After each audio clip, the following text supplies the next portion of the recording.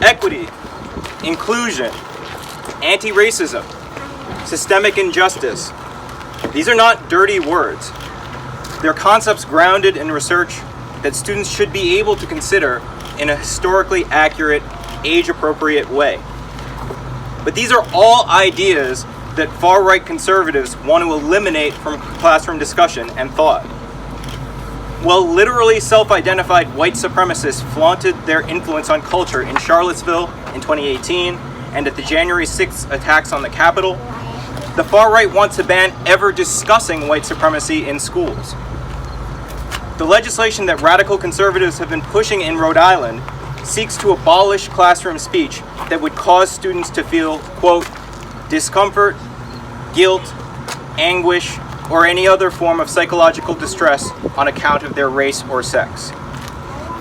Who are the students being protected here? Well, written in deceptively neutral language, the presumed victims are white students and male students. What about students of color? What about women and non-binary folks? What about queer students?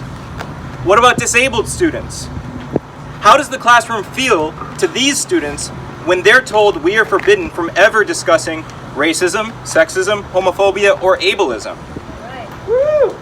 As an Asian American, if I were in high school now and I knew that my current events teacher were prohibited from discussing recent incidents of anti-Asian violence, I would feel discomfort, anguish, and psychological distress. If I were told that my English teacher could no longer publicly seek out Asian authors because diversity and equity initiatives were being eradicated at my school, I would feel like that English class and that school weren't for me. Whose perspective gets to be considered in the classroom?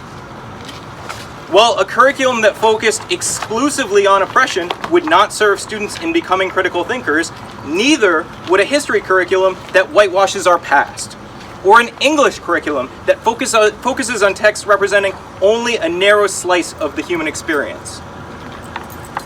I am a teacher, and there's not a single teacher I work with or know who wants to inflict shame on any student about their race or sex. As educators, what we want is to help our students develop the tools to understand the complexities of the world around us and to separate truth from falsehood. I am proud to be an Asian American, which means I am proud to be American. And what makes me proudest of my Americanness are the ideals of freedom, equality, and opportunity that historically, as a nation, we don't always live up to. Native American genocide, slavery, Jim Crow laws, redlining, discriminatory policing, the ways in which COVID has disproportionately affected Black and brown communities. It is vital that we are able to talk about these things in school and in the public sphere.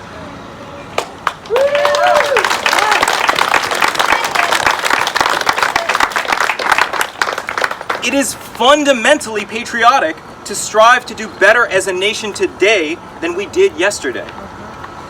Achieving this objective requires truth-telling.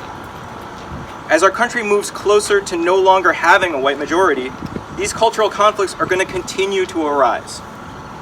Educators have a vital role in helping young people navigate these waters. Will we always get it right? Of course not. But what far-right activists are pushing for isn't thoughtful dialogue. It's state-sanctioned censorship of the public servants who are dedicated to the well-being and growth of all of our children. Yeah, woo! That's right. Don't take the bait. There are so many real challenges we face today as a society that require our collective effort and engagement. As an educator, I know that teaching the truth is the way to prepare the next generation to tackle these challenges together. Woo!